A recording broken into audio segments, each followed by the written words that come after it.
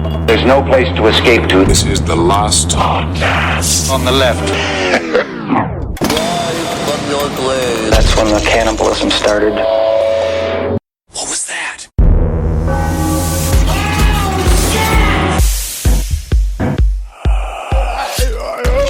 I'm sorry, I gotta prep for the episode. I can sneaking. Strudel. Put the strudel in my pussy. Put the strudel in my pussy. Fuck you, pissed. Fuck you, pissed. Welcome to this podcast on the left, everyone. I am Ben, hanging out with Marcus and the newly possessed Henry Zabrowski. And I just want to say this, Henry, you must feel right at home now that the devil is literally inside of your asshole. Honestly, he has never been happier inside of my asshole. It has been really nice. He purchased it furnished. Oh. And he said he didn't need to change a thing when he showed up. He was so excited because he's just like, this shit is incredible. Like, he's talking about my literal shit inside of my fucking asshole. This episode's going to be spooky. This was an episode we were trying to get into before the Halloween season ended, but it ended up we spent too long in the fun world of Paul Bernardo and Carla Amolga. Yuck. And so now we're here where the ghosts are at least tangible. Absolutely. Today's episode, it's part 1, and I'm super excited to get into this tale. Everyone's seen the haunting picture, but we will figure out the tale behind it. We are discussing Anneliese Michel. Anneliese Michel was a 24-year-old devout Catholic German who died of starvation in 1976 after participating in 67 exorcism rites over 9 months. And this was, of course, in lieu of being treated for her actual medical conditions of epilepsy and depression. But isn't it better to do her Dungeons and Dragons, like, symptoms first, instead of all these boring, like, medical problems? Who gives a shit, right? Because when it comes down to you, it's like it's either the devil or it's epilepsy. I think epilepsy is really the thing they should have focused on much more as opposed to 67 exorcisms. The people involved in the exorcisms were subsequently put on trial in Germany for negligent homicide, making it one of the few trials in modern history where the defense tried to prove that demonic possession was real in court. That has to be a fun day for a lawyer, though, because it's the same amount of proof that, like, it's the same amount of proof that Casey Anthony was molested that possessions are real. You know what I mean? And the idea of putting together the same story really works. Like, this idea that, like, they're like, this is it. Tonight we put the devil on trial. And then they go to trial. They're like, this is it. The devil will go to jail today. And it turns out, no. Every single time, priests go to jail. Oh, yeah. You can just see the defense attorney just being like, the devil is real. Look at my wife. And then you'd be like, sir, this is not marriage therapy. It doesn't. Come on, sir. You have to stop. Yeah, got to go. I wanted you to be a stand-up comedian, but you wanted to be a lawyer. Said no wife ever. And then you give her Snickers and then she's fine. And then really what came down to is that I think a lot of this would have been solved with some well-placed snacks. I agree with that. All of this would have been solved with food. Just feeding just the woman. Food. Oh. And also concerning the lawyers, like, it doesn't bode well that the defense lawyers also defended a fair amount of Nazis during the Nuremberg trials. Well, you know, it was probably, they paid good money. And honestly, at that point, the Nazis had become job creators. Yeah, I'm sure they did get paid pretty good. Now, people dying during exorcism is not a common thing in modern times, at least when compared to the Middle Ages, when any mental illness or mysterious neurological disorder might be blamed on demonic possession. Hey, don't tell that to the nun that was tortured to death in Romania in 2003. This is in Tanaku. Hey, I'm just saying not common, not never happened. I mean, the Tanaku exorcism, Tanacu, Tanaku. This was in Romania, and this is the story of a bunch of other priests that went to jail for starving a nun to death who was tied to a cross in a basement for a week, then where they were trying to, quote unquote, stop her from self-harming. And I'll talk a little bit more in detail about this as we go through the exorcism of Anneliese Michel, because when it comes down to it, there are a lot of similarities, and it's difficult when you have a screaming, writhing, foaming woman saying, I don't want to eat, I don't want to eat. And she's not just like your model girlfriend. Right. Yeah. Okay. Intriguing indeed. And she's biting you, kicking, screaming, being a generally violent person. It's very difficult. Can't get within 6 feet of her. Literally a whirling dervish. And she's fucking trying to pluck out her own eyeballs. This is not even exaggeration. Like trying to bite her own tongue off, punching herself in the face, cutting herself, doing all this kind of shit. It's really difficult when you are just a sad, long-beard priest. Now, Anneliese Michel's possession came at a very particular time in the history of the Catholic Church. And the context of what was going on internally with the Catholics goes very far in explaining why the exorcists were so stubborn with performing exorcism after exorcism on Anneliese. See, in 1962, about 10 years before Anneliese's death, Pope John XIII formed an ecumenical council to institute reforms to the Catholic Church in order to bring the church into the modern age, because the Pope was afraid that the modern world was leaving the church behind. They were going to let altar boys shave their pubic hair. No, which I think is incredible. It's incredible they caught up. Yeah. After 3 years of discussion, the council produced 16 documents that proposed significant developments in Catholic doctrine and practice, including, for example, decrees about how the church can use mass media. Before, the church would not yet we're staying away from radio, we're staying away from TV, staying away from all that. After this ecumenical council, they're like, we need to use these pieces of media in order to get the word out. Is that why our new friendly Pope did that stupid TikTok video where he like threw the hat and then he appeared on the other side? You've seen these TikTok videos where they throw clothing and then they appear on the other side of it. That. I didn't see it's the Pope TikTok. do it. He did it. And this is where it comes from. I don't particularly care to think of the Pope disrobing, to be honest, but I'm so happy TikTok is being used for the wrong reasons. Man, do you think he's got one of those hyper bent penises? I was watching this commercial last night that was bentcarrot.com. And it was these two couples. You know how like in those commercials where they like look at each other and they just smile and stuff? And this one guy's holding this crazy like twisted up carrot. And it was supposed to be about having a super, super bent dick. It better be bent in the right direction. But it's all about, you have to, because I guess your dick can keep bending and bending if it's already bending too extreme. So it's all about a series of injections that they put into the shaft of your fucking cock. And then they have to pull on it. I looked this up. They have to pull on it and straighten it out like it's a broken leg, like it's in the descent. And they have to like, fuck. Yeah. But then they're smiling and stuff. And they keep saying like, sexual occurrences can happen up to 6 weeks after the injections. I was like, yeah, it's going to be years before I have sex if you put 3 hypodermic needles in my fucking dick. A bit of a non sequitur there, but important to get that out. Absolutely. Thinking about it. All right. Well, basically, this ecumenical council was looking at the Catholic Church's rules the way some people look at the United States Constitution, as a living document that's supposed to shift and be reinterpreted with the times. Now, wasn't that like new thought? Like this idea that like, no, we can actually change shit. Like we should actually look at this. Like we are modern, quote unquote, modern people. We should be able to move into the future. They were just worried they were going to lose money if they weren't cool in the eyes of the kids. So they were like, we know what to do. Stop fucking them. Start telling them the devil is inside of them. But it was like also it's about staying hardcore for the 4chan audiences is what you're saying? Well, basically like the church's rules and regulations, all these sort of, they hadn't really changed that much in about 1,000 years. This was the first big redo in a millennium.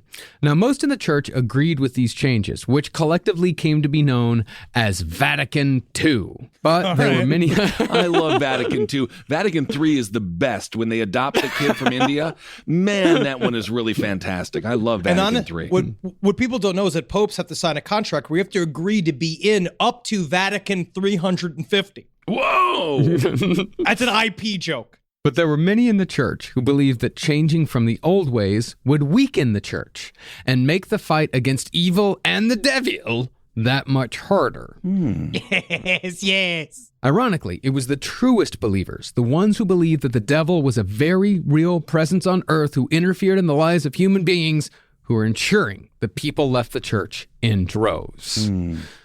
But these people, the conservative hardliners, believed that the changing of Catholic doctrine would not only ensure that the world became the domain of the devil, but it would also anger God in the Old Testament style. Honestly, can't they evaluate at some point that if you have to like walk around, like my dad was a bad alcoholic. We weren't allowed to make any sort of noise in the house until like whenever it was time for dad to rouse himself for work. Sure. Why does God have to be like that? I think your dad was a good alcoholic, number one. And I think that God, he's drunk on He was power. good at it. He was very good at it. Who would be bad at it? If that's the metric of good and bad, who would be I bad? think bad at it is Graham Parsons. I was going to say Towns Van Zandt, because Towns Van Zandt would just go and be alone and listen to records. Henry's father was just that, a father. And let's not forget, an active police officer. It's how he relaxed enough to do his job. Well, enter Anneliese Michel. When hardline conservative Catholic German priests were made aware that a young devout Catholic woman was being tormented by the devil in Klingenberg, they jumped at the chance to intervene. Absolutely. And she had the Callista Flockhart looks that they were looking to be their new cover girl. Good reference. After years of examination, the priests began poking the bear, making Anneliese's condition far worse. Eventually, they came to the conclusion that this was a case of atonement possession, not demonic possession. What that basically means is that they believed that God had sicked a whole host of demons, including Emperor Nero and Hitler, on this innocent young girl because he was angry about the reforms of Vatican II and was trying to get the world's attention. It makes very little sense. When did Hitler get the fucking promotion to demon? Yeah, Hitler should be having pineapple shoved up his ass like in the movie with Adam Sandler. No, we all know with if little Nicky, yeah. Little Nicky's supposed to be there. Gary is supposed to be there. This is a your pretty face is going to hell lore question because it comes down to the tortured are on one side and the fucking demons are on the other side, and I won't fucking have it. Yeah, not to mention, we talk about her being tormented. Imagine Nero and Hitler having to hang out. Those two egos inside the same body. That must have been a cat fight. Yeah, what? It's like having Mario Batali. I guess not anymore. It would be like having Gordon Ramsay in the kitchen with my mother. Well, the funny thing about the Hitler demon is that one of the priests later said when they were during the exorcisms, Hitler would come out every once in a while, and all he would do was scream Heil over and over and over again. And the other demons would supposedly make fun of Hitler and say, he never says anything of substance. Don't listen to him. Okay. Which is, I guess it shows you like how much these things really are influenced by culture, because this is Germany in 1976. A lot of people are still very angry at Hitler in Germany in 1976. Yep. I really do forget about that context. It really did pack more punch back in the day. And I do like that they just criticize him like he is Jeff Foxworthy, just doing the, like, if you're a Nazi, if like literally just him doing his same old bits, but in hell. Yeah. You might be a dictator if. But of course, Hitler is still hated universally. Yeah. You're right. Well, these priests believed that if they could prove that Anneliese was being possessed because God was angry about Vatican II, then they could go to the Pope and show him that they were wrong to change anything. And since Anneliese was herself a devoted conservative Catholic from a family who felt the same, she provided the other end of the feedback loop, playing the role of a possessed person to both appease the most powerful authority figures in her world and her own deeply held beliefs. See, this is something interesting that I think that we're hitting on here, because the bishop had to give permission for this whole exorcism. And obviously we're going to go into the details of how this ran up. But I never really saw it that way until you pitched it like that, about this idea that like they also had a thing at stake here as well. Where the Catholic Church was looking for somebody that they could also use as an example. And a lot of times exorcisms, I was reading a really interesting, I bought a textbook because I was looking for scientific, approaches to exorcism, and this one thing I found called the Social Scientific Study of Exorcism in Christianity. It's very dry, but that it was kind of talking about how these types of exorcisms have been such an intrinsic part of this. Like every religion has a form of exorcism, but in Christian shit, it really does pin down the lore, right? It really does help be like, no, our shit is real, and it has it's proof. The devil is real, and we can prove it. As Henry said, we'll get more into it. But so did Anneliese enjoy this process in the beginning when she was the prize pig at the county fair in Iowa? Enjoy is never a word. Okay, so she wasn't like, oh, I'm the one possessed. This is so cool. Now we get to prove that the devil is real, and I happen to be the one to do it. Had nothing to do with it. Okay. Had I wish. Absolutely nothing. No, she's not the fucking character that we created for a comic book. Like this is an entirely different thing. It's much more human and a lot more complicated than that. Anneliese had accepted her death as an inevitability by the end. It was an atonement for the sins of the youth of Germany. Basically, it was her job to starve to death while a small crowd of priests and family members watched her do it over the course of 9 months, all because she and the people in charge thought it was necessary. And I have to do this. I have to do it. It's that kind of like she did become an embodiment of martyrdom in her way. I don't think she started that way, but she viewed it as over time as like, this is my purpose in life, which is really, it's fucked up. And I think that's one thing that we'll talk about a lot on the show, about this like weird completing the loop thing of what possession is, right? Like when it comes down to it, like how many times have we tried to pin it down, whether or not there are demons? Most people say that there are not actual corporal demons that come from another dimension and take over your body. But there is such a constant societal, there's been possessions and exorcisms in every form of human society. And there is something about this because it's an expectation coming from being raised in a specific world and then kind of like, all right, now you have to act possessed and we have to act like we're unpossessing you. Yeah, it's almost like the medical system is deeply flawed. What? Because that seems to be the main problem here, is that they didn't get the right diagnosis. Whatever. You fucking pussy. I mean, really, she did. We'll get into that. It wasn't that she didn't get the right diagnosis. It was that she didn't accept it. Because Anneliese suffered from epilepsy starting in 1968, 8 years before her death in 1976. Now, epilepsy is a lifelong condition that can be hard to accept. And in Anneliese's case, it might have been easier to believe that she was temporarily possessed rather than permanently afflicted. It's just so sad as well that she had 9 months of starvation in Germany. The best food, the Bavarian pretzel, the schnitzel, brats, the brats, the beers, the delicious pilsners, the cheeses. If she was in like a food desert in deep Indiana, if she lived in Gary, I would say, you know what, I might starve there. But my God, so sad.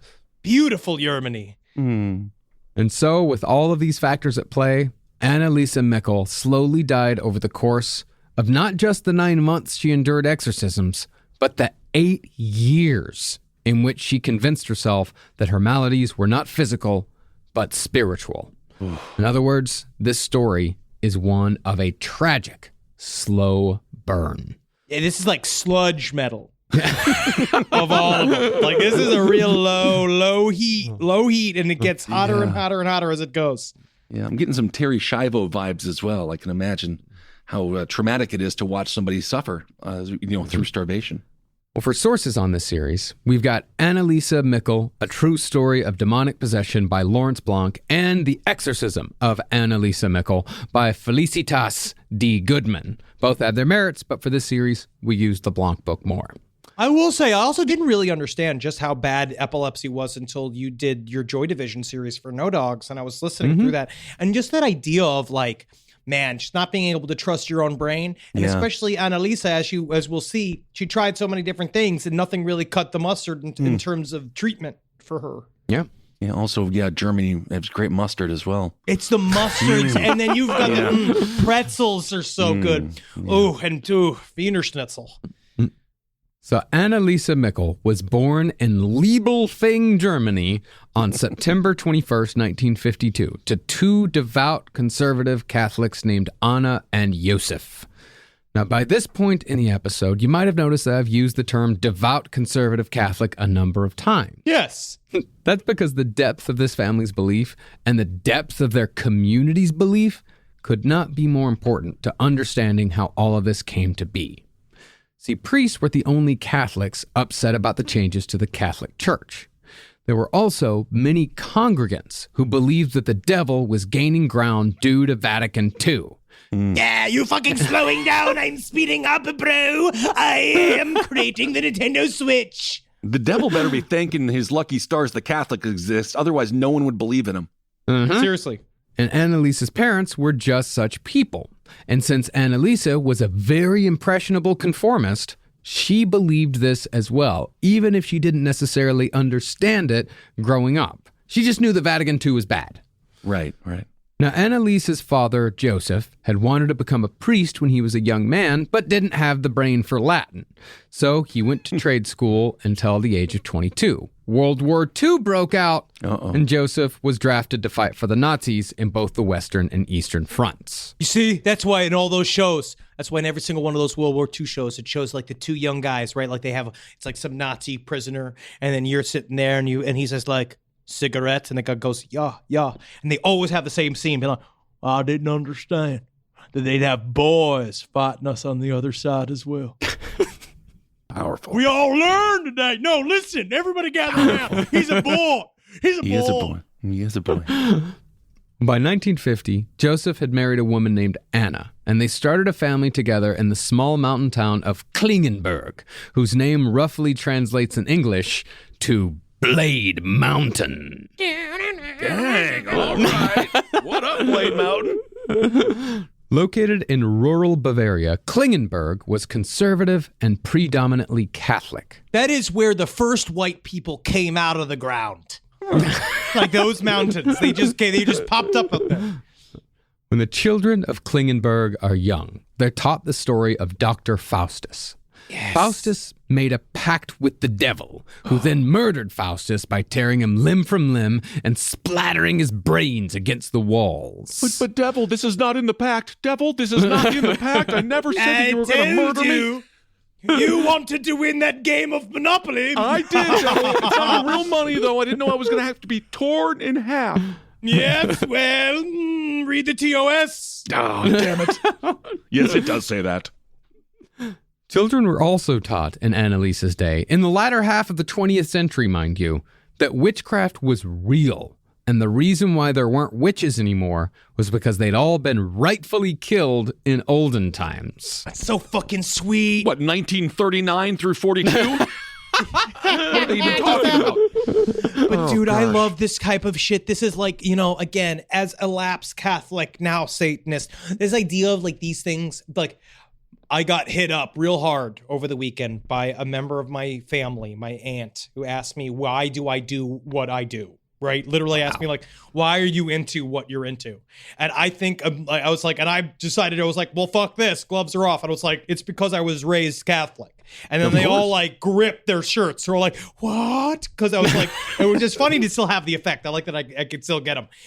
But it really comes down to it. I was like, it's this idea that you believe in the literal truth of all of these supernatural things. And all of this is devils and witches and all of it being real. It's fucking awesome. Yeah, it's really awesome until, of course, it infiltrates our politics and then you start sucking little penises and stuff. Yeah, I don't like that. But if anyone ever asks you, like, why are you a Satanist? Just, take off your shirt and show them. Oh, what? Because my body? Yeah, you have a Satanist body. No, it's not. I'm saying it looks good in robe.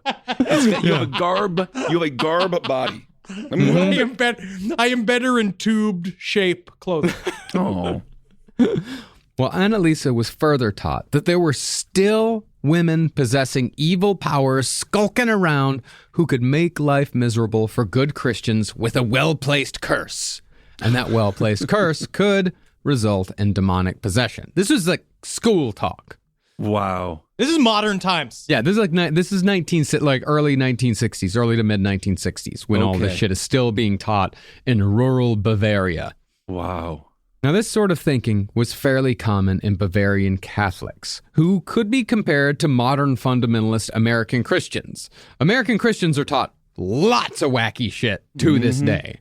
Oh, yeah.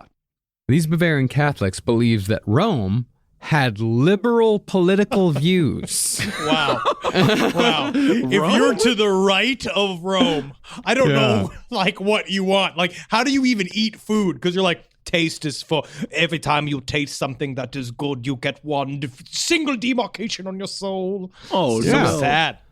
Yeah. So, it has a bit of a history with fascism. Yes. So that's kind of interesting. They would think it was liberal, but...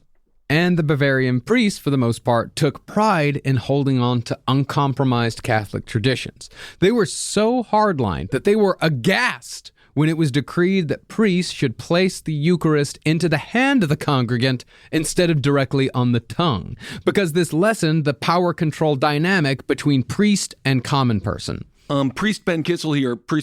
I just have a question. So we're supposed to put it in their hand now, but I've actually been doing it more of a mouth to mouth. So I put the little cracker. It's an oyster cracker. That's what we use in our churches, little oyster crackers, because they're kind of fun. And then I put it in my mouth, and then I tongue it into their mouth. Is that still allowed? Well, there was this guy. Honestly, in my church, these guys were so like devout. They were so into it that my Father Thomas, he used to do dick to mouth transference, where he used to put the Eucharist at the very tip of his penis, and that's the only way to intimately take it. My priest used to call that starbursting. Yeah, very interesting. Yes, but the irony is they used to do that in church. Obviously, Catholic school, you get the Eucharist in your hand, but then everyone sips out of the same goddamn goblin, or the same little what is it called, goblet? The goblet. I think it's goblet. That's a goblet. Yeah, goblet. Chalice. And then naturally, during cold and flu season, everyone got sick.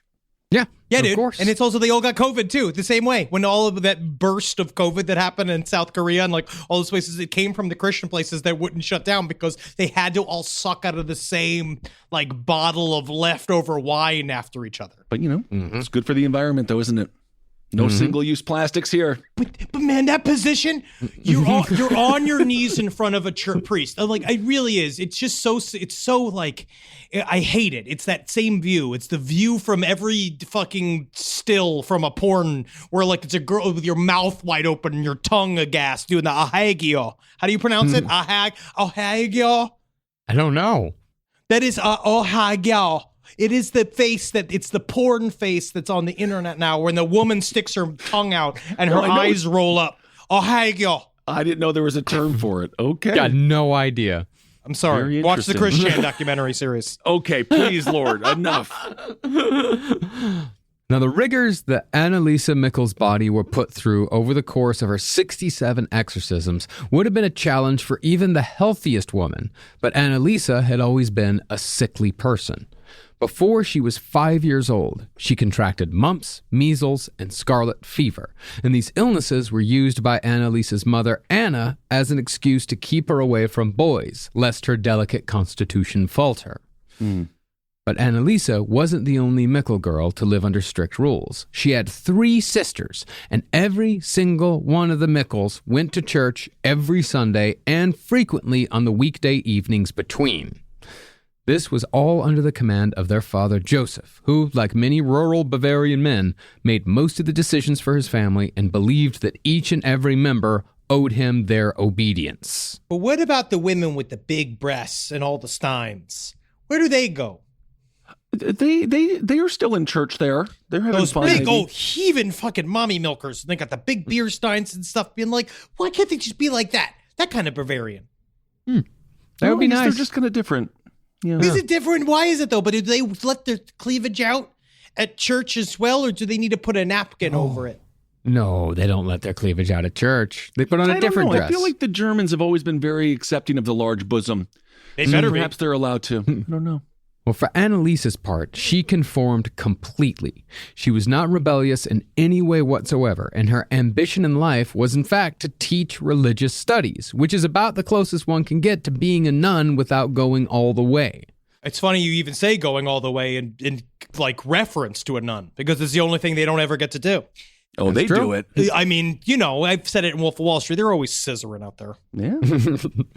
Well, together, her family's conservative Catholic beliefs and her community's belief in supernatural evil came together to create the perfect recipe for demonic possession.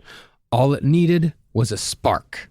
Natalie does a good job in Spun talking about these contextual cues, about the reason why people don't rebel is because when your entire context is set for you, like you're put in a world where you are put into a subjugated position by men. It's a patriarchal system and you're told to do certain things. So it's like Anneliese was like never taught in any way, shape, or form that you could rebel because you're actually under the watchful, never ceasing eye of a present God that will immediately... Well, by definition, you're never taught how to rebel. That's the whole point of rebellion. But you know what I mean? You can see it. People who see reference to it outside can kind of understand to get out of it. You're in the middle of Bavarian Germany. I don't know if it's very difficult. I think it's very difficult to do something that would be rebellious.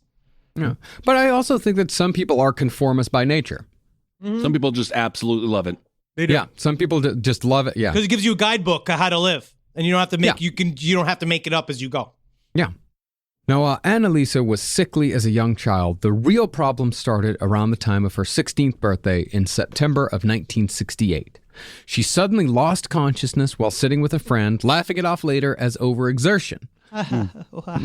But that night, the real terror began. Yeah, it did. Yeah, it fucking did. I don't think it sounds very good, Henry. It's not good, but I do love possession stories. I can't get over it. I mean, we technically covered this like a million years ago, but it's nice to get into detail about it. But I'm always fascinated. And I listen to all hour and a half they have of the recording of her various exorcisms, and she is grouchy.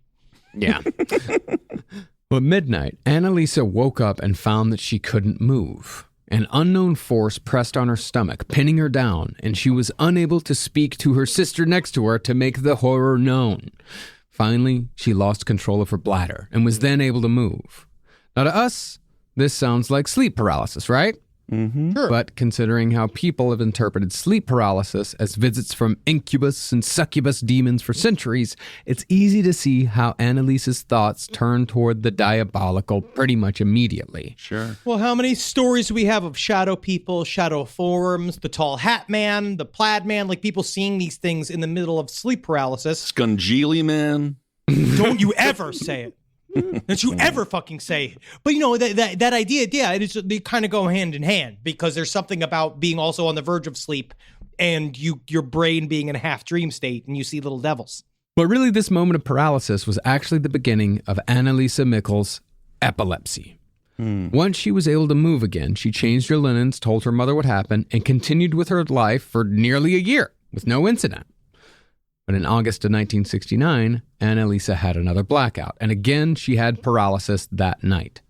Her arms went stiff, like they would go dozens of times to come, stretched out in a way that was said to resemble a cat stretching its paws. That's creepy. Weird, yeah.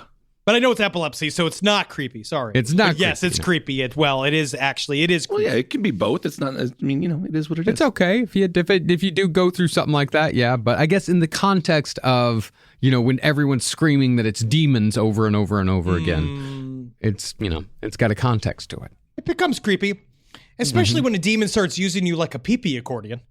Mm-hmm. You know, pushing and squeezing. Leave me alone. You know what I mean? I drink a lot of water before I go to sleep. Like a rubber ducky in a tub. Yep. Yeah.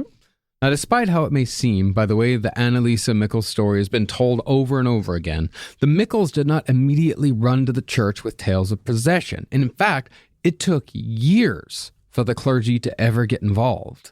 I'm not going to give her parents a lot of credit, but she did go see a bunch of doctors. Okay. Yeah.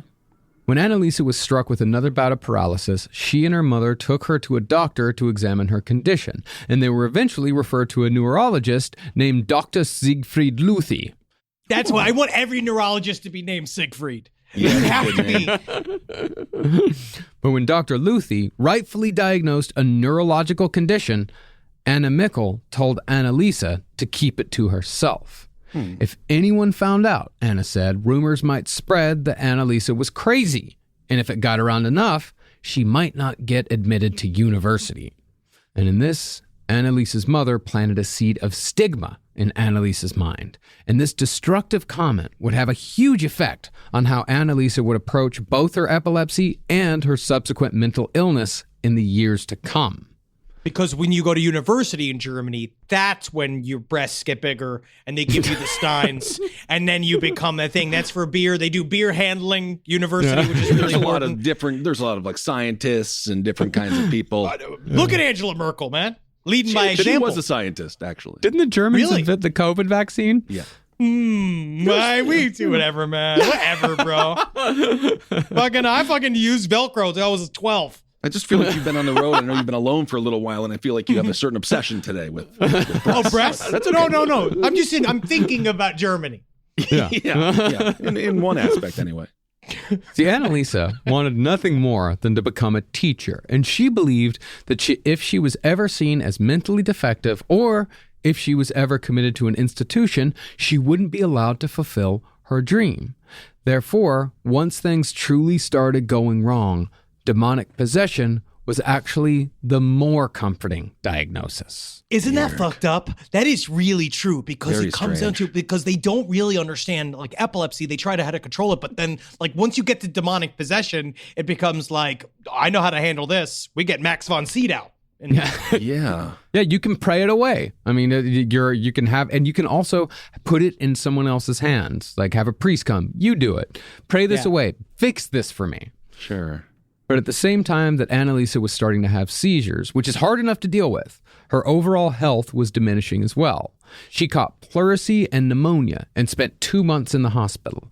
There, she had a third paralytic attack, but this time the experience morphed into something far more terrifying. yeah, this is creepy. It's like Exorcist Part 3, I think. That all took place in the hospital.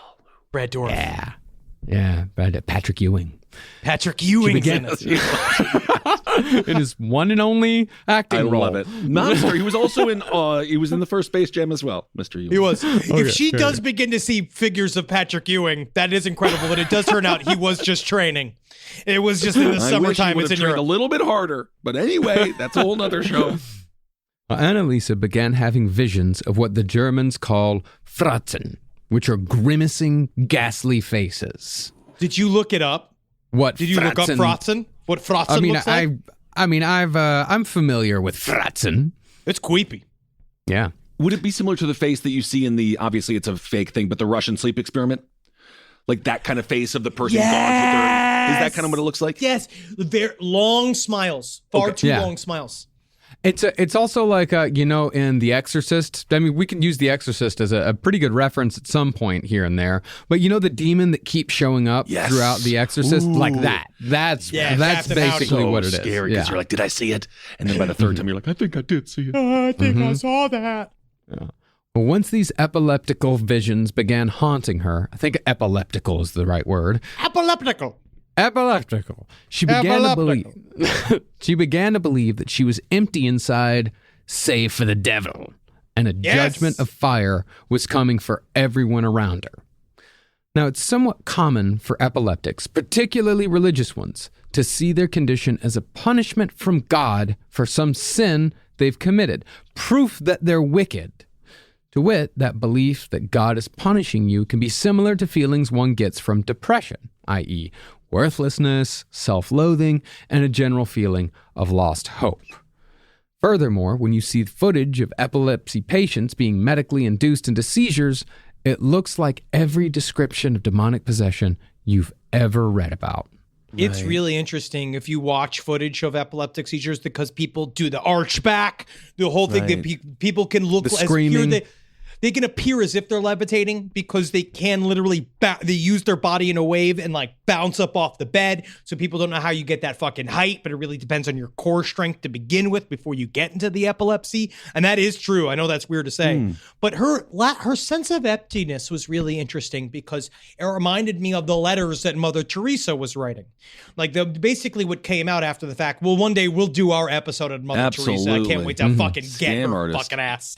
But like she's talked about this emptiness, which I think is really interesting. I wonder if that's just such this common thing that people that believe they have a very close relationship to God, that they're kind of locked into this feeling. Like it's a like I'm with him. I'm in a vibe. I'm vibing with God to do B2021 about it. But it's like you can then also So feel that they're 2021, gone. Henry. So 2021. Yeah, dude. Vibing with so 2021. I don't know. But you know what I mean? It's weird No, that course. sense of That's the emptiness whole- is like God wait, is my co-pilot is not just a bumper sticker. It is. Yeah. That's how they interpret I mean, it.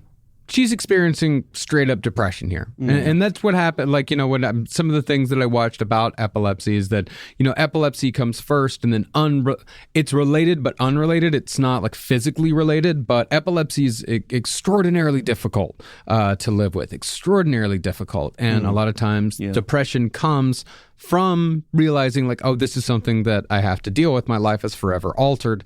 And Anneliese was starting to become that sort, like she was starting to come to that conclusion, you know, that this is something forever, but she didn't want to believe that it is something that was going to last forever. And she was experiencing hallucinations outside of the Fratzen. She told her doctor that she experienced terrible stenches that smelled to her like burning fecal matter, which that burning fecal matter will become a running theme throughout Anneliese's experiences. Am I incorrect in saying that it seemed like her family would also sometimes smell the fucking doo-doo smell? Like they would also The smell people who were all in on it could smell the burning fecal smell. The people who were not were like, I have no fucking clue what you're talking about. Okay. It could have just been the European lack of deodorant. Could be. Oh, perhaps, or maybe it's the new candle from Goop. Burning Funny. fecal matter. It smells Funny. like Gwyneth's poo-poo. It's doo-doo. Well, in this, we have another symptom of epilepsy. Basically, epilepsy is an electrical short circuit in the brain. If it shorts out your motor functions, you get stiffness and jerking. If it affects your memory function, your memories get scrambled. But if it affects the sensory centers of your brain, you have hallucinations that can be auditory, visual, and olfactory. Furthermore, if the seizure tweaks the same part of the brain again and again, the hallucinations will be more or less the same thing every time. Hence, burning fecal matter showing up again and again and again. That's like why if you open up a dude's head, you could stick your finger into the same like part of the brain and like his leg will shoot up or like his penis will get hard. Right? Sure. Yeah, I don't know about the last one, but sure. But can you not do that? Isn't that not true that you just go like, and then your brain does stuff, or does that work? It doesn't work like that. You might be thinking of a cartoon. I'm not sure. I refuse to be maligned. I refuse to be maligned on this show. I have no idea. I'm not a neural scientist. Neurologist? And those hallucinations can be strong enough where people around the afflicted can share them if they want to believe hard enough.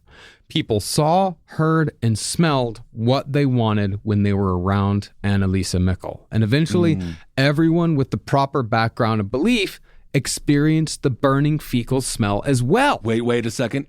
No, Gary, you're thinking about citrus fruits again. We are manifesting the smell of burning shit, okay? So if you fucking think about another good smelling thing again, you're out of the group. You're out of here. All right, I guess that's fine. I mean, I don't like jasmine, but you guys all seem to like it. Now, after her third epileptic episode, Anneliese was given an EEG scan in hospital, but nothing was found just yet that might indicate abnormal brain activity. So, she was prescribed an anticonvulsant and discharged with somewhat of a shrug. Like, I don't know. Yeah, like, well, give her some anticonvulsants, see what happens. Sure. But her sisters noticed that her personality had changed. Where before she was a sweet Bavarian young woman well on her way to adulthood, Anneliese was now becoming moody. She was quiet, withdrew from her friends, and only wanted to talk about religious topics. Yeah, she did really become she did become a bummer in a way, but it's hard because you are seeing quote unquote proof of what you think is God and this type of thing in your life. So I imagine you become obsessed with it. And then also like the sort of the idea of like, y'all don't get me anymore because of what I'm going through on the inside. And religion exists in the unexplainable, right? That's why people they try to find an explanation for the unexplainable. And in this case, obviously she didn't realize her sickness. So there you go. Fill in with God. Yep. Then things got worse when Anneliese told her mother about the Fratzen. Instead of going the medical route, Anna and Joseph began seeing the symptoms as something supernatural. As Anneliese's mother Anna put it, the priests were always talking about Satan and how he was always trying to tempt everyone. and it seemed to them like this was exactly what was happening in their own home. And Ben, when you said earlier, like, did Anneliese enjoy some of it? I don't think she did. I think her parents, though, did at some level, did enjoy that proof of like, oh man, it's happening to us. This thing that the priests are always saying, we're special. It's happening to us. So perverted and weird. It would be like if the Ramsey family was like, wow, I can't believe our daughter got to die in our basement, and now we're celebrities. We're on TV. On some level. We're on the TV. I'm running for Congress. It comes straight from Job, right? This idea that like you're chosen to suffer specifically for God symbolically, like we're choosing you, and again, because again, you're then chosen. Mm-hmm. And I think the Michels, of course, would never choose this over having a happy and healthy daughter. Of course not. That's not what I'm saying at all. What I'm saying is that I think that once the possibility came that they could be one of the chosen people, one of the special people that God touches, whether it be negative or positive, I think it appealed to them. And I think they encouraged it. Okay. Yeah. I mean, you could have made her a professional basketball player. That would have been nice. They could have done anything. Anything. Now, over the next 2 years, Anneliese suffered from more seizures and was prescribed various anticonvulsants. She was given more EEGs that all came back normal, but the blackouts, demonic faces, and burning fecal smells kept showing up. Eventually, Anneliese said she began hearing knocking sounds in her room, and before long, her sisters were also saying that they were hearing knocking coming from inside Anneliese's closet, under her floor, and above the ceiling. Can I just be me for a second and say that, like, I do believe, right? Obviously, I feel like there's a medical basis to all of this. But the thing that I'm always going to keep hitting, I always think that if you live in a certain headspace, if you manifest a certain reality, things start to pop up like this, right? Like you begin to fill it out on your own through, let's say, psychic projection. Like maybe there is a way that you'd like what we see in poltergeist activity, these types of things, where a young woman whose guts are all filled with blood, she gets all mad and shit, right? Wherever up her head, her upstairs gets all bing bongy, right? Her uterus starts shooting out mind waves, right? I don't know if this is all true, but the idea that you can create poltergeist activity from a physical problem, like from inside of you, that I think it's interesting. I think that the idea of like weird activity being around this woman makes a lot of sense. I mean, I don't know. I don't know. I don't know. Maybe. Well, I mean, probably not. I mean, like I'll take it, just trying to engage in discussion with my friends. Of course. Well, the visions of demonic faces became more frequent, and the hallucinations had increased. There were now voices telling her that she was to be damned to hell forever. And while Joseph disregarded these claims, Anna said that she saw her daughter standing before a statue of the Virgin Mary, her eyes jet black and full of hatred. Oh, my. No, isn't there a symptom of epilepsy, of the dilating of the pupils? Maybe. Like something like that. Isn't there something along that, because you can have this, or I believe, maybe I'm incorrect. Email sidestorieslpotl@gmail.com to tell me how incorrect I am. I do believe that certain types of mental problems, like the idea of like when you're seeing things, your eyes do react like when you're tripping balls. Sure. Right? Like how like the pupils open up and then you kind of see more shit and your periphery vision increases. Mm-hmm. It says here that there seems to be like anecdotal evidence of people saying that their pupils dilate, quite large when they're, when they have seizures and epileptic episodes and things like that. So that could be part of it. Okay. Now, Anneliese did try to reach out, speaking to a doctor in 1973 about how she was living a life of apathy filled with suicidal thoughts, able to perceive but not experience life. This is textbook depression. Yeah. But instead of getting her treatment, her father, Joseph, tried more God and went with her on a group bus trip to the San Damiano Monastery in Italy. Well, that was special to her. She loved the San Damiano Monastery. Like she would go, like, because that's like that thing. I think we talked a little bit during our Black Death series about the idea that there are places that people, like shrines that you go to, especially in the Catholic religion, where there's like a saint's like belt buckle is there, or then you got to go touch it 3 times or whatever, and then you get good luck. So this is like one of those spots where if you look at the pictures of it, it's very pretty. It's very like little pretty church you go to, but apparently that was like her favorite touchy God spot. Okay. Mm-hmm. But before Anneliese even set foot in the structure, the demonic delusions took hold. She claimed to have been unable to enter the monastery shrine because the soil burned like fire under her feet. She then tried the back door but couldn't pass through the garden. She couldn't look at holy pictures or sacramentals and was unable to drink water offered from the shrine's well. Joseph even bought her a medal, hoping that it might alleviate something. Yeah, those little charms that you can get. Yeah, like the medals of St. Christopher that a lot of people tend to wear around. But Anneliese couldn't wear it because she claimed that it pressed her chest to the point where she couldn't breathe. Wow. On the bus trip home, Anneliese then turned her anger towards the people around her. Oh my God, bus ride from hell. I would love to hear their perspective. Yeah. She near attacked the trip's arranger, Mrs. Thea Hine, breaking her rosary and mocking her using a deep voice and improper language. Gotcha, bitch! Gotcha again, bitch! Gonna slap your tits! Improper language. Come on!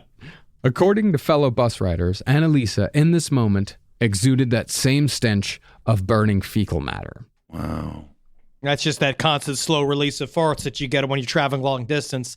That is possible. I mean, honestly, though, that's a good... Did she defecate herself? Was she shitting herself? She might have been. If she's that I really don't know. I mean, it is Germany. I don't know. I do know that she would lose control of her bladder. Sometimes during seizures, she would she would urinate herself. I don't know about defecating. She might have, but there was no. From what I saw, there wasn't. That was not specified. You did some poo-poo work. You did some investigation. Got you, on man. that. Thank you, Marcus. Little poo-poo. I believe there's an old German term that says the stream runs wide, but the eggs are not seen. That's what that means. I don't know. Because let me ask you this. This also put this question to the two of you. When it comes to this type of behavior, right? The idea of very classic, capital P, possession behavior. When you're going to these religious sites, what percentage of it is performative because you think you need to do it, and what percentage of it is real? Because if you look at later on, like this is one of these symbols, right? Like in the Tunaku possession, where they're like, she wouldn't let us feed her. Like this scenario, right? Like she won't eat. We had to tie her to the cross because she kept trying to fuck. So yeah, in that story, a 23-year-old nun was tied to a cross in a shed, and then she was left there to die. And she died of starvation and dehydration. But the thing is, they said they did is because she kept trying to pull her own fucking eyeballs out, and then they stuffed the towel in her mouth because she kept trying to bite the tip of her own tongue off, doing this kind of shit, and then she wouldn't eat. What do you do? I mean, obviously, you should put a food line in there and stuff, but I'm more like, what's the performative part and what is like, it's this whole constant thing of like, what is possession? It's really so bizarre. I'm sure Marcus has a much better answer, but I remember when I was in high school, there was a wrestler and we would wrestle at the school, and he had Tourette's, this guy, and he kind of did like a chicken cluck, and then he would just scream and curse constantly. Yeah. And I remember talking to we had like a meeting with it about it, and he literally, it was completely out of his control. Sure. So that was, so he did not want to be doing that. And apparently he felt like he was just immensely embarrassed all the time. Oh yeah. Yeah. I think Anneliese was much the same way. I don't think her behavior here was performative. Yeah. Because she was not getting, at this point, positive validation for what was going on. People were fucked up by what she was doing. So it wasn't like, there wasn't a priest there going, nice. Good work. Like, job security. Upset. One more. This is another 10 years of job security. Yeah. I think some people do believe that they're possessed, and their possession does get worse because they are getting positive validation from it. They are getting attention for like it. When they go on Dr. Phil, for example. Mm-hmm. Yes. Anneliese Michel was not in any way looking for attention here. Mm-hmm. Like, she did not want this to happen to her at all. She was deeply embarrassed every time that it happened. She just wasn't in control. She just wasn't in control of her faculties. Right. Now, nobody's exactly sure who first suggested exorcism to Anneliese Michel as a way to solve her problems. Anna Michel, Anneliese's mother, claimed that it was her neurologist, Dr. Siegfried Luthi, who suggested consulting a Jesuit priest. Now, Luthi denied under oath that he ever claimed medical help would be of no benefit to Anneliese, nor did he ever mention demonic possession. Sure. Or so he said. But Thea Hine, who had become friends with Anneliese after she'd been attacked on the bus back from San Damiano, she said she heard Dr. Luthi suggest it.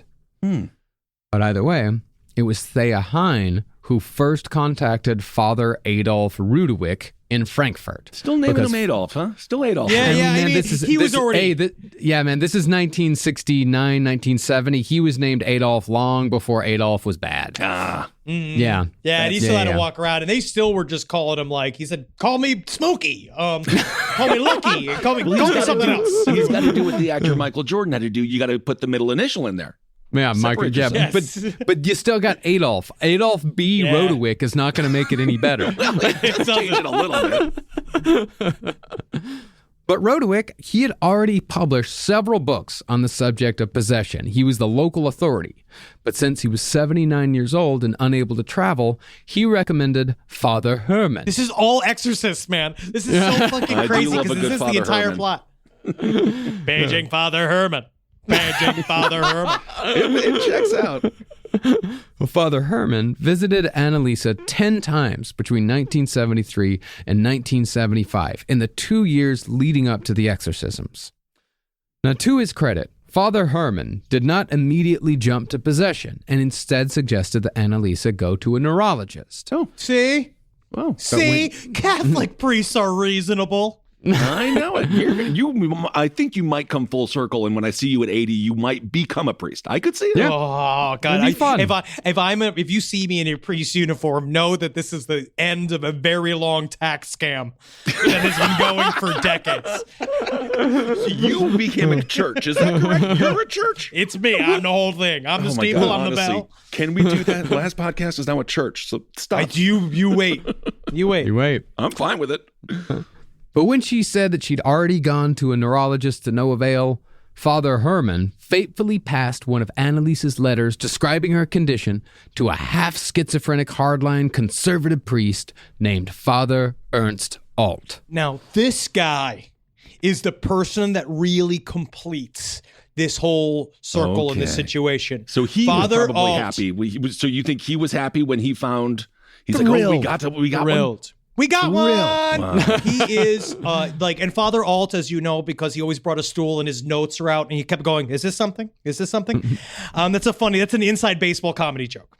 But Okay. Father Alt, I see. Oh, Alt you see, comedy. I get it. yeah, Alt. you see, guys, Yeah, please, Alt. Now I please, get it. Yeah. Highbrow, even Please, my, guys, even with my me. stature. What about me and my stature? please come with me on this journey. But Father Alt is exactly as you imagine. He's like the ultimate exorcist in my mind, where he's visions. He sees visions. He hears noises. No one's told him, like, I think this guy might be like fucked up mentally. But they were like, they kept saying like, sure. you have got exactly what we want. You have the right kind of imagination, Father Altenskeichen. And he says like, yeah, don't I? I'm fucked up. Yeah, when the Germans start getting too creative, things go wrong. Yeah. Yeah. Well, I mean, this is one of those things where I can't remember what it's from, but it's like in another, like, for some reason, it's a Werner Herzog thought, like, you know, looking at a schizophrenic and being like, in another life, he would have been a shaman, somebody to have been worshipped and listened to. And that's the thing. Man, I almost fell asleep, and I say that as a compliment because I can fall asleep to Werner Herzog's voice in a second. And in this case, like, this was like a fucking half schizophrenic that people were listening to, but the problem was that his fucking visions were all demonic. They Yeah, were all dude. metal. Nothing They all fun. came from Or- such a horrible place. Yeah. Well, Father Alt was 37 when he first heard of Anneliese Michel, and he'd already had somewhat of a checkered past in the church. Not criminal checkered, but just a reputation for being difficult. Okay. He was first posted to a hospital in Bonn working with children, but was transferred due to what was called problems with the other fathers. They do not like my presentations to the children about the rivers of blood and the clouds of crimson. It's just a lot. It's just a lot, pastor or priest. It's just a lot for the kids. You know, can you just talk to them about what about like Adam and Eve? Maybe do something like that, or just something to do with the Bible. Noah's Ark. Noah's Ark. Fun Let's- animals. We're just The gonna say we waters actually got together- rose. No, The waters rose and they watched the horses drown. from the brow of the priest's position on the Noah's Ark, and he watched the birds fall from the sky. No one learned anything. You know what? That's good, though. You didn't mention menstruation one time. So actually, good work. Menstruations! No, you just ruined it. See, Alt was looking for a place where he could live life as a priest in the way he felt it should be lived. From the way it sounds, Alt's view of the priesthood was almost medieval, back when visions and demons were an everyday part of a priest's life. And unfortunately for Anneliese, Father Alt found a home in Bavaria, where such beliefs were not only tolerated, but validated. It's almost like he was specifically put there. Yeah. Now, when Father Alt was eventually examined by a neurologist and a psychiatrist during Anneliese Michel's trial, they found him to be intelligent and analytical. But they also found that his regular visions suggested a schizophrenic psychosis, and his personality was vaguely deemed abnormal. Okay. But Father Alt believed wholeheartedly in what he saw, and even spoke of his visions during the trial as proof that, holy shit, yeah, I see visions. You can listen to me as an expert on possession. Yeah, it is not a bug. It is a feature. Oh, wow. What a strange time to be on the jury. That must have been interesting. In one vision that he said occurred around Christmas of 1975, he saw Jesus on the cross in anguish and heard a voice calling out saying, "For you." And then I knew it. I was like, Jesus, thank you for doing me a solid, bro. I gave him his fucking daps, dude. And then he was like, oh, bring me some water or something. Get me off the crucifix. And I was like, no, bro. This is for me, bro.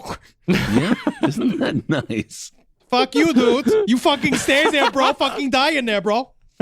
And this was the man who performed the majority of the exorcisms on Anneliese Michel.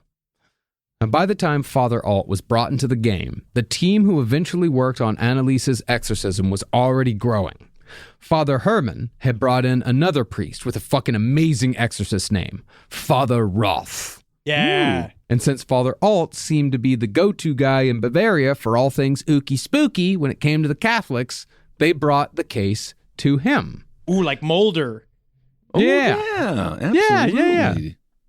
Now, by the time they got to Alt, the priests had surmised that Anneliese was either being possessed by the devil or at least being molested by the devil, but not molested in the sexual way. Thank you. Rather, this was the old usage of molest, meaning to pester or harass in an aggressive or persistent manner. Yeah, so me screaming at the middle schoolers across my street till they need to grow up and get a job, that's not me diddling molest. That's me audibly molest. I remember that episode of X-Files where Scully and Mulder had to go stop the screaming Polish person from yelling at the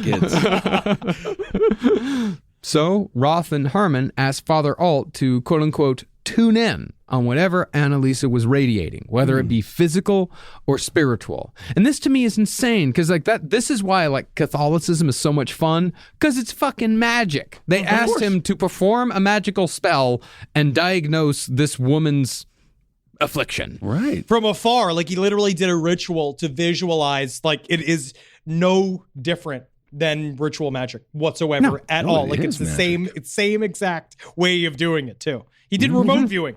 Yeah, it was remote viewing and just asking. He used Jesus as his deity. Now, from what Alt claimed, he was able to quickly describe the entire Michel family once he tuned in, despite having never met them. From Anneliese, he felt an enormous radiation originating from her neck, but he did not detect any illness. This, however, did not prove possession. 2 days later, Father Herman delivered 2 letters to Father Alt, one written by Anneliese and one written by her mother, Anna. Father Alt, however, was unable to read them because he became so nauseated at the thought that he believed he might faint. I am literally allergic to work. Oh, don't you dare make me work.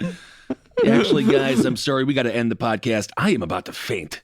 I'm just exhausted from all this sitting, talking, working. No, you have to wait for another couple years before we can all go to rehab for exhaustion. Yeah. Which I'm really excited for. Yeah. With a side of cocaine. Yep. Oh, man. I can't wait for that exhaustion, like what month, 2 months, something like that. Like Dude. I can go, like, you know where I want to go? I want to go, like, you guys remember that scene in Breaking Bad where like Jesse gets sent to rehab and like it's like that super nice like southwestern thing where it's like next to a pool, but it's in this like dome. Yeah, dude. I have a brochure of it up on one of my tabs. Like one of those places where you have passages where you just get to go and just sit, and they go like, "You better keep sitting," and you're like, "All right." Yes, ma'am. But then came the supposed attacks, which sound like something out of a mid-70s ripoff of The Exorcist. Father Alt claimed that as he prepared for the transubstantiation for that evening's mass, he included Anneliese in the sacrifice of the body and blood of Jesus. Suddenly, he was hit in the back. The air turned cold, and an intense burning stench filled the air. But while this molestation did indeed vex him, as he put it, it could not and did not inflict any real harm. It was just vexing. I will tell you right now, the phantom vexing that came from me from a source that is not real and a story in which I am making up.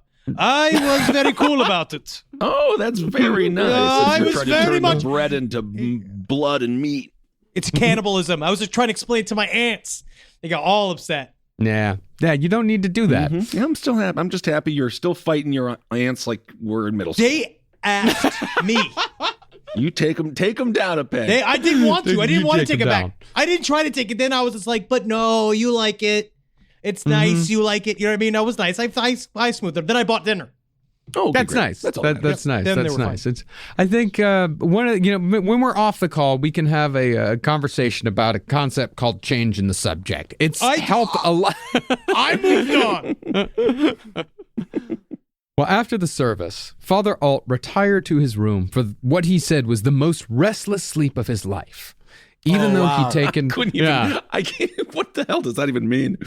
even though he'd taken a powerful sleeping pill, his apartment was filled with a variety of stenches that all had a theme. They alternated between an open sewer, burning dung, and plain old shit with a stink level that he described as infernal. Is it possible the sanitation levels just were not very high? Yeah, they're Is it- still I don't know. rebuilding the country. It is actually possible. They're still rebuilding Germany at this point. Yeah. It's just fucking doo-doo everywhere. He's got doo-doo on the mind. I will say have been, and this is not to malign you, Kissel, and your lifestyle.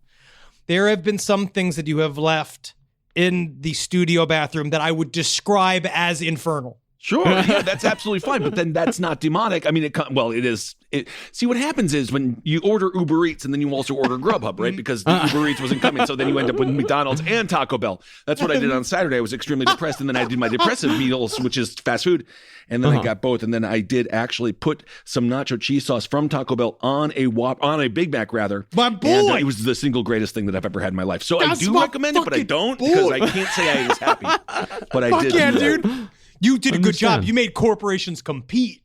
I guess. I think they're all owned by the Yeah, same man. companies now. That's how but- fucking capitalism gets better. You are. You did it. You're I'm you're telling doing you. it. You're a hero. You're making America better. I'm telling you, add a little nacho cheese sauce to a Big Mac and just Wow. wait. And also, I put a couple of the tortilla chips from Taco Bell on there as well. But anyway, that's for a whole nother show. I don't know what show, but another show. Yeah, Toilet Times with Ben Kissel describes what he calls his poo-poo seeds, which is what he eats before. Well, during that same night, Father Alt said that he heard the occasional loud thump coming from his wardrobe, and he found he was simultaneously drenched in sweat and frozen to the bone. Oh, no. Finally, after trying to pray with a rosary and reciting an exorcism rite, Father Alt appealed to a saint called Padre Pio. See, in Catholic belief, Padre Pio had been set upon by the devil on a regular basis, tormenting him both physically and spiritually, bruising his body, tearing his clothes, destroying his letters. So the devil just liked to pick on this guy for some reason? Yes. Always. He liked to molest him. Okay. Or molest. We will one day do a series on the saints because we've been talking about this for a while. All the saints got their asses kicked by the devil. Why can't there just be one winner saint? One that does something for didn't God. I think St. Peter ended up having an okay life, didn't he? Well, I one think kill. so. I forgot. Saint George. I think he's the one that killed the devil. He's the one that put the Archangel Michael. To become a St. saint, George, the dragon and all that. Yeah. to become a saint, you got to get something. You got to get like hurt, and then because You gotta they get try hurt. to make a saint? Didn't they try to make Ronald Reagan a saint after he was shot? God! Oh, But you got to God. get fucked up first. Chill and just then ran you up get my to do spine. it. He wasn't even Catholic. You got to be Catholic to be a I saint. swear to God, there was something like that. But anyway, Well, as a young priest, Padre Pio suffered hallucinations that a celestial being stabbed his skull with a pointed steel blade emitting fire, ripping his entrails to pieces and causing continuous agony. From that point forward, Pio claimed to have suffered from stigmata for the next 50 years. Jesus Christ, man! I think it's eczema. it might be eczema. And so, when Father Alt called upon Padre Pio, the feces smell was replaced with the intense fragrance of violets, as though he said he had dumped aftershave lotion on his pajamas. I don't like the smell of flowers. Yeah, I Why would do. somebody put lotion on pajamas? You're just going to bed. As you've been as if masturbating. he was dumping his. Oh, you don't want to masturbate with aftershave lotion? That's terrible. Ooh, no. Sometimes That's a you whole got to other do. episode. It's whatever's in your toiletry bag sometimes, because we've been talking about this. How many hotels I've been with, they take the moisturizer out now. Yeah, It's a they're taking them. It's a war on masturbators. They don't want us to come. Yeah, it really is. Well, he stopped sweating. The chill left him, and the pressure on his head disappeared. He slept for an hour, having, as he claimed, 6 full hours of molestation by some demon or devil. Okay. Well, once Father Alt told his fellow devil-fearing conservative priests what had happened, they were also suddenly able to smell the same burning dung, open sewer, regular feces stink wheel that Father Alt had experienced. Father Alt also noticed that anytime he spoke of Anneliese Michel, he smelled the same series of stenches. Yeah, same thing. Every single time I see the name James Corden, I smell an open sewer. It's incredible. I don't know what it is. Yeah, he improvs. I hate him. Oh, we all do. So after hearing more about Anneliese's affliction, Father Alt met her personally. Now, by the time Alt showed up, Anneliese was deeply depressed and looking desperately for someone to believe her. More importantly, I think she was desperate for someone to tell her that her afflictions were a temporary inconvenience that could be prayed away. Or it had at least a simple, not even simple, it had a solution. Because now, she had tried various medications. Like, they kept trying to drug her up to try to solve the seizure problem. Yeah. But it kept coming back, which I don't know why that would happen. I don't really know why you can't not be medicated. Yeah. They switched medications a few times, and also seizure medications can be very strong. They can fuck with you in Ruin your life. ways. Yeah, they can ruin you. Yeah. Yes, in ways that where you have to completely relearn how to live your entire life. Wow. So for 2 weeks, Alt visited Anneliese, claiming to have witnessed her eyes turn black until she became totally absent. Again, quite possibly that sounds like a seizure. She became absent, she became unresponsive, her pupils quite possibly dilated quite a bit. But after he gave her a priestly blessing, he said she went right back to normal. Meanwhile, Anneliese was starting to trust a few more people with her secret. She told a boy named Peter that she was having visions of demonic faces and smelling the stench of burning feces. And despite this, Peter became her devoted boyfriend until her death. Wow. It's like when you meet a real version of a quote unquote manic pixie dream girl, right? Where they are actually very unbalanced sometimes. But then you show up and you're like, I can fix this. And then also I'll get some smooch. Because at this point, they're all very conservative, right? So the only way they're going to get full fucking P and V is everybody's got to get married. You got to do all the due diligence. And so I'm laying the groundwork so that once you get through all this demonic bullshit out of the way, then I can get some lick from her, or we can be in love or whatever, that kind of shit. But Peter, man, he was there. He was around. He was just like, oh, demons? Yeah, me too. I mean, I feel your pain. I mean, Anneliese Michel was a beautiful woman. Yep. So I can see. Anneliese claimed that her whole family could smell this burning feces stench, but Peter, somewhat of a lapsed Catholic when he met Anneliese, he said he didn't smell anything. But the more Peter hung around the Michel house, the more he could smell the burning feces stench. But at the time, Peter suggested all this might be a hallucination, and doctors were starting to find proof that this was the case. On her 6th EEG scan, a doctor named Ergman Schleip reported irregular patterns in the left temporal area of the brain. Finally, there was something to point to and say, look. Peter did the thing, which I don't know if a lot of boyfriends have done, where you like take a girlfriend to the doctor to be like, can you tell her it's cool that we date? Because she's not, there's no demons in her. Can you end this so that we can make plans to go to Six Flags? Oh, wow. Soon. Romantic. But around the time that doctors were finally getting somewhere with Anneliese's diagnosis, she was being regularly visited by Father Alt, who temporarily made her feel better every time he prayed over her body.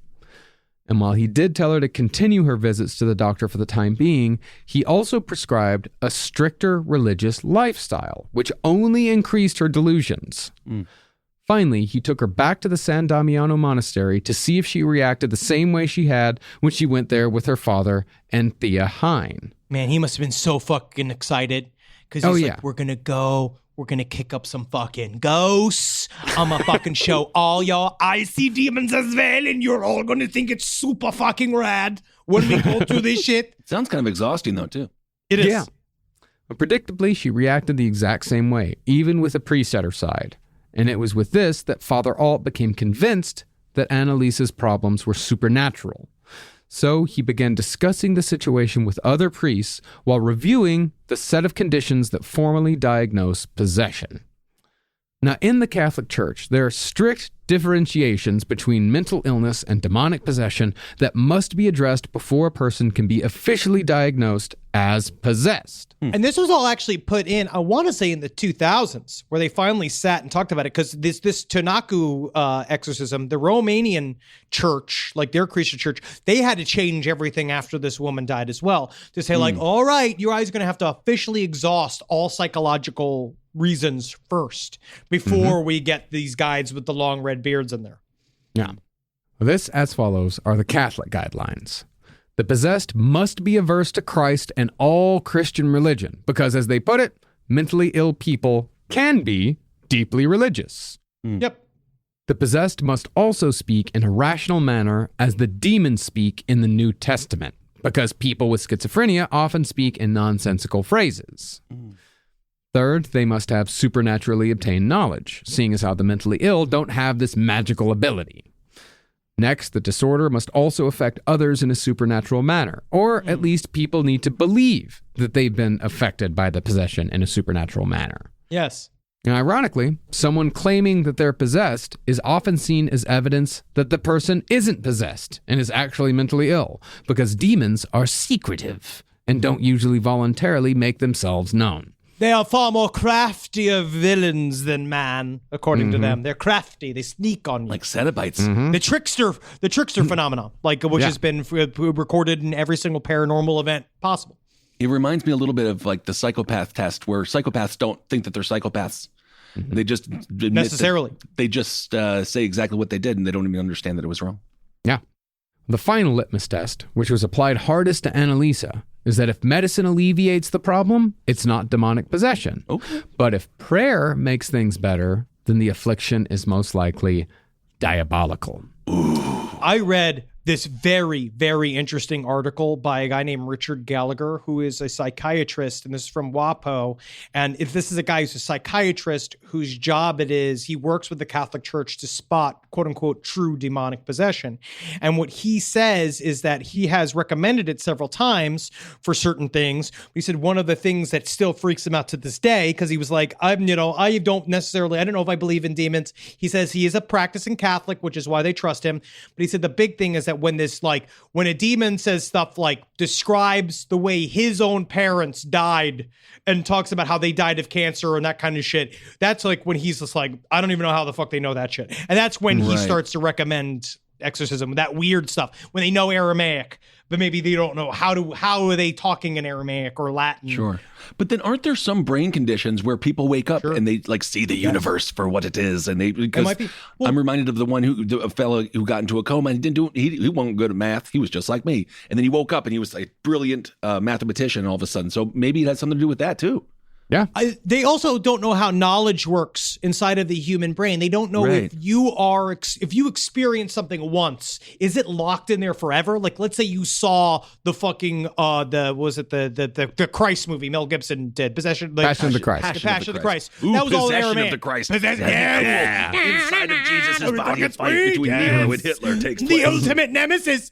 But wouldn't you not like maybe you saw that and that was all in Aramaic? Maybe you bookmark that somewhere in your brain and then it comes out when you're in a demonic possession, which is closer to a seizure. Who knows? No idea. I mean, I do have a woo theory about possession is that it's quite possible that possession in certain people, the reason why they can, access, certain knowledge, why they can access other kinds of language is that they somehow, their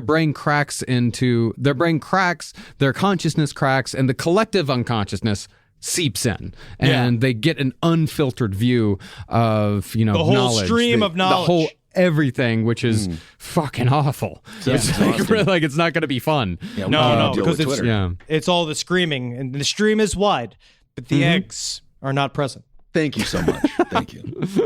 Well, when Father Alt showed up to talk to Anneliese, she reinforced this last condition, the one about, prayer making it better, by saying that she felt a strength from taking communion. She said she felt empty before the Eucharist, but became more like herself afterward. Because it was food and she was hungry? Yeah, I mean, honestly, Bobby, truly, is that possible? maybe. It could be. She got a carb boost? Yeah. And so, on September 9th, 1974, when Anneliese Michel was 23 years old, Father Alt wrote to the local bishop, Bishop Stangl, to ask permission to perform an exorcism. Stangl, however, denied the request this first time and told Alt to continue his blessings. Why don't you just keep fucking praying and see what happens? Yeah. Rejected. Well, eventually, Anneliese got it together enough to attend university in Würzburg, where she studied education and theology. But all the while, she said that inside, she kept hearing a voice telling her that she was eternally damned. And this was an extremely devout Catholic woman. Oh. Now, by the time Father Alt showed up again about a year later, in August of 1975, he found Anneliese in a state of deep despair, repeating over and over again that she was condemned. Father Alt tried praying the Exorcismus Probativus, but Anneliese ripped her rosary to pieces. Whoa. And when her boyfriend Peter arrived, she told him to leave in a deep guttural voice. You know that voice. You're married, Marcus. That very, very deep. Get sometimes out. Get out. Get out. Now, by this point, Father Alt was convinced of Anneliese's possession. Her friends said that she ordered them to stop praying for her because it hurt, and she stopped going to Mass because she couldn't physically cross the threshold of the church. Jeez. Her epilepsy was also getting worse. Sometimes her legs went stiff like stilts, making it difficult to get around the house without dragging herself along by holding on to tables and chairs. Honestly, dog, it was not a happy house. And it is weird when you get very sad. Getting Tin Man legs. I didn't know could happen from epilepsy, but I guess it can, where you get these things where you have to like walk around on little pinions. That's hard. You never know what someone else is going through. That's You're right. That's true. That's why I always yell first in traffic and I don't pull a gun. Yeah. You always leave room for escalation. Why we're not allowing you to get a gun. Crossbow, okay, because you can't shoot that out of a car window. It's hard. I don't think. The bolts are hard to keep around. Yeah.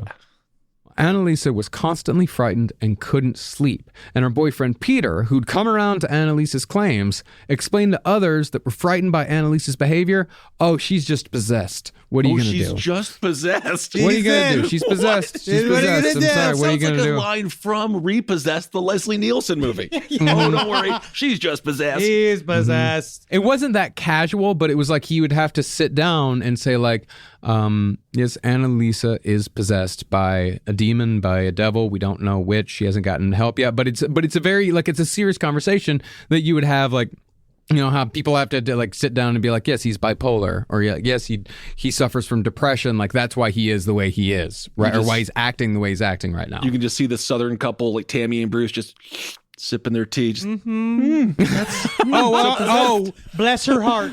That's incredible. Bless her heart. Get out of here. You have to say, my girlfriend is unfortunately possessed, which is why we feel we need half off of all of these appetizers. Because half of them are feeding a demon. Honestly, if you are possessed, you do deserve half off all food, because you make a great point, Henry. You're eating not for one, like if you're pregnant, or triplets. You're eating for an entire half. Damn nation, an entire group of demons. But you're half demon, right? And that demon shouldn't be fucking. You should be eating for free if you're also feeding a demon. That's me. Okay. But it's around this time that Anneliese began receiving competing visions, not from another devil, but from what she believed was the Virgin Mary herself. Dude, this is like such a fucking Jodorowsky movie scene. Because she's seeing all of this like fucked up shit, but then in the middle of like seeing shadows turn into these like tall grinning things and things pinning her down and making her piss the bed and the stiff legs, all this kind of shit, all of a sudden she sees the beautiful visage of the Virgin Mary giving you waves of comfort. Interesting. In July of 1975, Peter took an unresponsive Anneliese for a drive.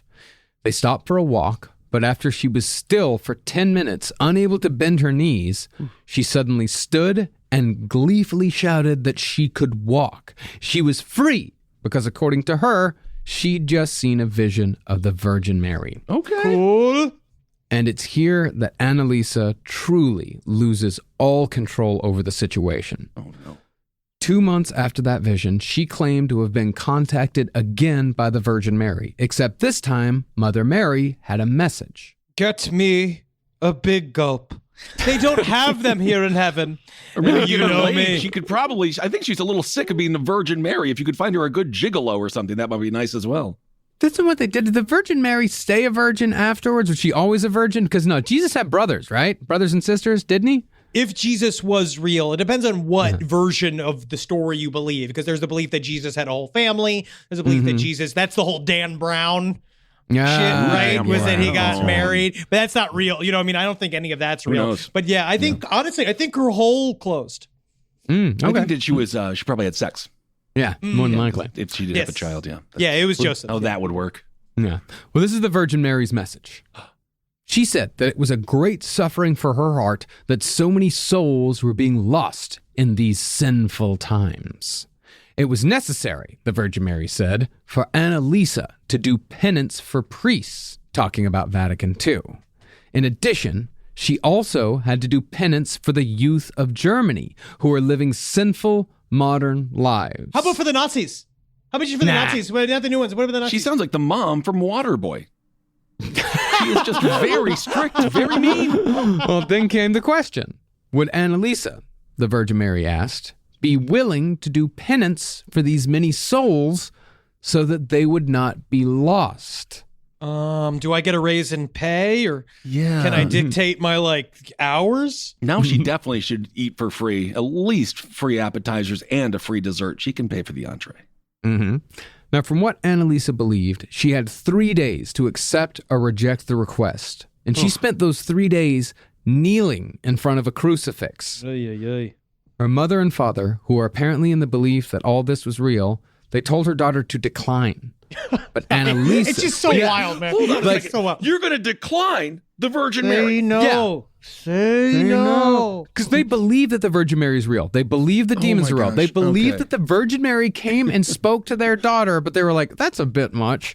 Like, she's asking a little too much here. Maybe you should just... Why don't we worry about the demon thing first. And then let's put a pin, and then we'll put a pin, Pin in the this, we'll Virgin circle Mary back. thing. Circle back. Oh my God. This would have been nice, actually, if she could have done this via Zoom as opposed to actually having face to face with Virgin Mary, because then you can close the computer. Yeah, this whole thing could have been an email. Yeah, I that think would've been technically nice. this is the ultimate Zoom. Like that's Yeah, what the it burning really bush is. was. Yeah. Anneliese, though, she believed she could handle it.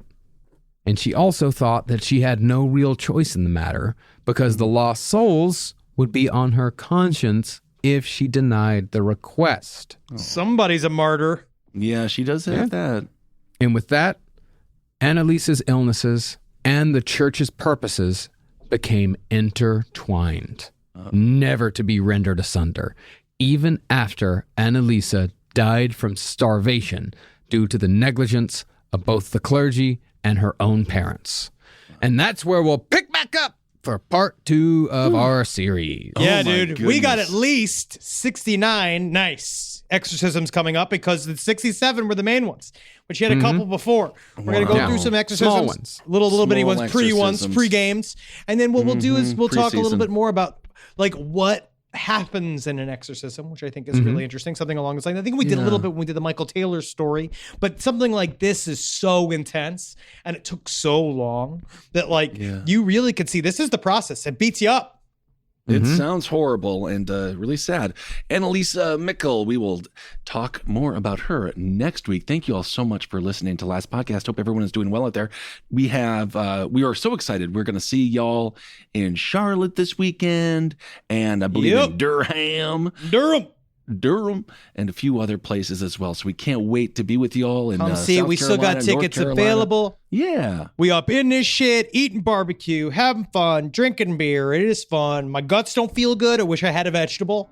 Just like one vegetable that would really help. One that's not also cooked in pork fat, but that's all I have. Sadly, my Taco Bell McDonald's combo was healthier than the golden brown food that I ate all Sunday. Yeah. I didn't, everything deep fried. Real Wisconsin weekend for me.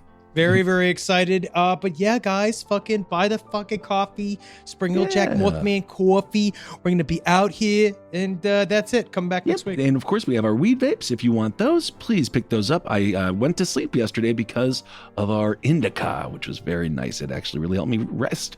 And so, yeah, keep on Soul supporting. Plumber 2 Thank you is so out much. there. If I Yes, can call the absolutely. comic book stores, get that Yeah. shit coming. All right, bro. Second printing of Soul Plumber #1 is going to be coming out here pretty soon, so keep an eye out for that. Make sure to go to your local comic book store and request a copy if you missed the first one. Absolutely. yeah. Okay, everyone. Well, hope you're happy and healthy and safe out there. And we will see you on the road very soon. And of course, keep on supporting all the other shows here that you love on the LPN network or the Last Podcast Network. Thank you. Yeah, because LPN network would be redundant. Wouldn't That it? is. Network, yeah. All right, everyone. And it Hail makes us sound yourselves. stupid. It makes us sound dumb when we get Hail it wrong. yourselves, everyone. I am possessed with chicken nuggets. Hail Satan, coming to me, Satan. I made a bed for you. Coming to You me, better Satan. be careful, brother. I want to fucking levitate. Oh my God. You can just see the devil just heaving, just getting ready. He's just be like, well, technically, at least he's an actor size. You're going to want to use your knees, devil. Yeah.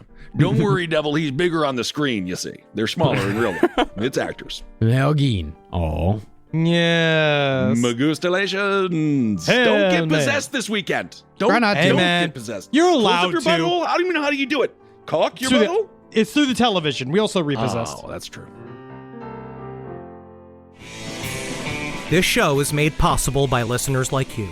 Thanks to our ad sponsors, you can support our shows by supporting them. For more shows like the one you just listened to, go to lastpodcastnetwork.com.